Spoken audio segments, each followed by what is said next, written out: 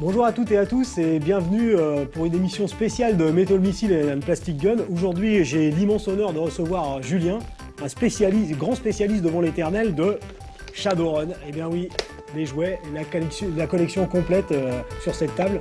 On va pouvoir la passer en revue avec les observations et voire même les explications d'arcane très éclairées de Julien. Je vais essayer d'appliquer devant vos yeux ébahis une technique millénaire que j'ai inventée, qui consiste à, étant donné le collectionneur maniaque que je suis, dans la mesure du possible, j'essaie toujours de conserver la boîte, l'emballage, voire même le blister, en l'occurrence le blister, du jouet, et au summum du plaisir, pouvoir le remettre dans sa boîte comme s'il était neuf et le sortir à mon gré. Et ça, c'est vraiment, quand on réussit à le faire, c'est un plaisir vraiment indicible. Donc sous vos yeux, je vais essayer de faire ça. Je vais prendre mon truc parce que là, le cutter, là, laisse tomber. Ça fait un gratter, voilà. Tout de suite. Voilà. Attention. L'extraction, voire la naissance, va bientôt avoir lieu. Donc, comme je vous le disais, on coupe en suivant les lignes droites pour libérer le haut du blister. D'un seul coup, d'un seul ou presque, j'extrais la figurine et la plupart de ses accessoires. Ce qui est fixé dans le fond de la carte, c'est le socle qui fonctionne sur le même principe que HeroClix. Exactement, en fait. C'est Jordan Weissman qui est le créateur de Shadowrun et aussi le créateur d'HeroClix. Et donc, quand il a lancé sa boîte WizKids et qu'il a lancé HeroClix, il a eu envie de faire des figurines Shadowrun sur ce principe-là, avec un socle où on peut des petites valeurs qu'on peut tourner. D'accord, pour permettre une interactivité de jeu. Voilà, des règles de jeu pour faire des duels entre les personnages. D'ailleurs, c'est le nom de la gamme, en fait, Shadowrun Duel. D'accord. Et sauf qu'ils ont décidé, en fait, de partir sur un format différent, un format action figure, contrairement aux petites figurines de HeroClix. Voilà, on enlève sa ceinture. Et on procède à l'extraction. Alors je peux vous dire, comme ça au premier abord, que c'est de l'action figure, mais d'excellente qualité. Ça sent le caoutchouc tout frais sorti. Ouais, c'est aussi des trucs que vous apprendrez à faire quand vous ouvrirez vos jouets. Vous verrez, c'est très important. Ça fait partie de l'imprégnation. Voilà, alors comme je le soupçonnais, vraiment de superbes détails, articulés à la taille, aux hanches, aux genoux, les pieds aussi. Visiblement l'expression de la puissance et voire de l'ire déchaînée de notre ami le troll se manifeste dans sa main gauche. Donc à votre place, je prendrai garde.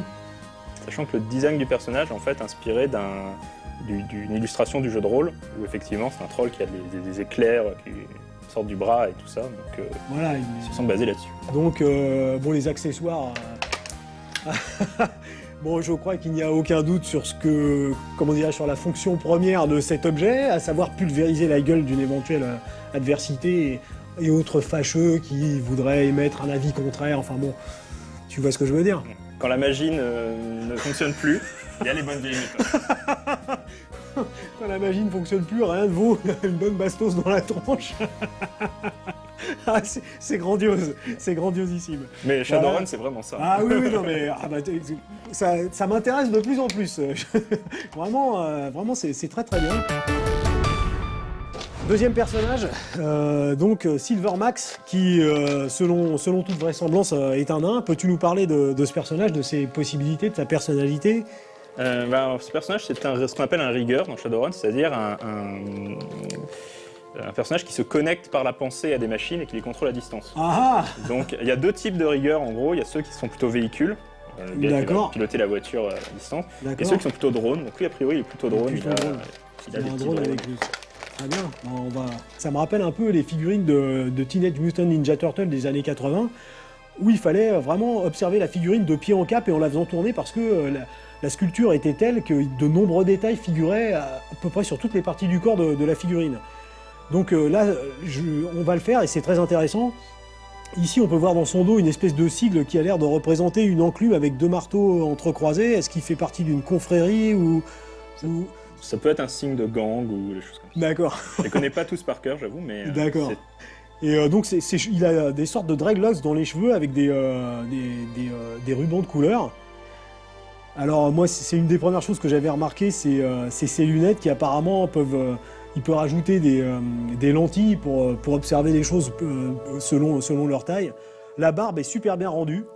Il a des chaînes autour du biceps, quand même des griffes sur la main au cas où. Ses chaussures sont coquées, et méchamment coquées, hein, genre coquées pour faire mal. Et puis, alors est-ce que tu peux nous donner des précisions sur cette espèce de gantelet qu'il a, qui a un petit côté Borg, je dirais, où il y a des instruments, une petite scie, un petit scalpel? Alors, on peut voir qu'il a un bras en partie cybernétique, il a des bouts de doigts qui ont été remplacés. Donc ouais, je pense que c'est son kit d'outils auquel il fait appel. Probablement plutôt pour réparer son drone, mais je pense que si quelqu'un vient le chercher, il ne doit pas avoir trop de scrupules à lui mettre un petit coup de scie circulaire au travers de la gueule. Ça... Et le drone aussi, en une pièce, est très sympa, avec un peu des impacts de balles dessus. Ce qui est marrant, c'est qu'il a vraiment un côté fait maison en fait. On a l'impression que c'est un casque qu'il a bidouillé. Absolument. Nous allons voir un troisième personnage, donc une elfe. Donc elle, c'est une mage elfe, donc plutôt la magie. On peut voir qu'elle a une espèce d'esprit qu'on pourra montrer peut-être. Ah d'accord, oui. Ah très bien, je n'avais pas identifié le... Ouais. Ah oui. Et c'est basé sur un art de la 3e édition du jeu de rôle, qui est plutôt décrit comme étant un chaman. De la figurine est décrite comme étant mage. Bon, c'est... Dans le jeu de rôle, il y a une petite différence entre les deux, mais... Ils se sont dit que c'était peut-être plus simple d'appeler ça mage pour le jeu de figurines. D'accord. Et la cape comporte le petit système dont tu nous parlais tout à l'heure, Julien, c'est-à-dire... Elle augmente la défense, a priori. Ah d'accord. Bon, le côté ajout de force des accessoires portés ou utilisés par les personnages, c'est vraiment quelque chose d'intéressant. On va regarder l'invocation dont tu nous as parlé. Ah oui. Très bien, voilà, une super belle figurine. Qu'est-ce que tu peux nous dire d'autre à son propos?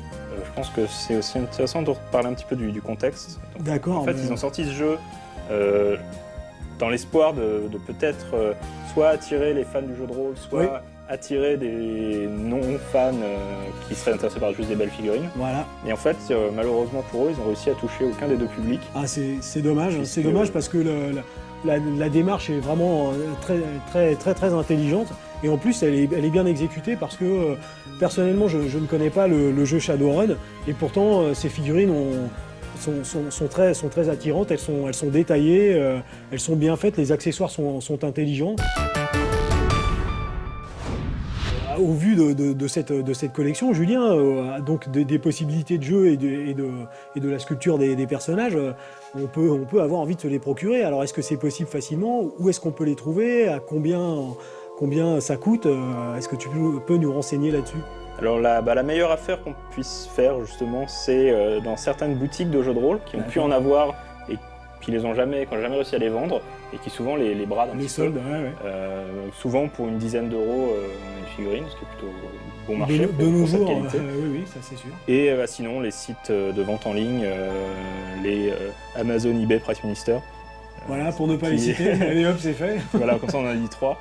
Les trois figurines que nous vous avons montrées ne constituent pas la totalité de la série. Il y a encore 4 autres personnages qui sont très bien, on va les regarder un peu plus brièvement. Mais voilà, si vous êtes rôliste et si vous aimez et vous connaissez Shadowrun, je pense que c'est un très bon investissement. Après, c'est le collectionneur de jouets qui parle, mais justement au niveau de la figurine, de la finition et des détails, je trouve que c'est très bien fait. Devant la complexité de ce que nous venons d'ouvrir, figurine plus possibilité rôliste, une fois de plus, il est indéniable que les jouets sont quelque chose de beaucoup trop sérieux pour être confiés aux enfants. Pas vrai, Julien? Voilà.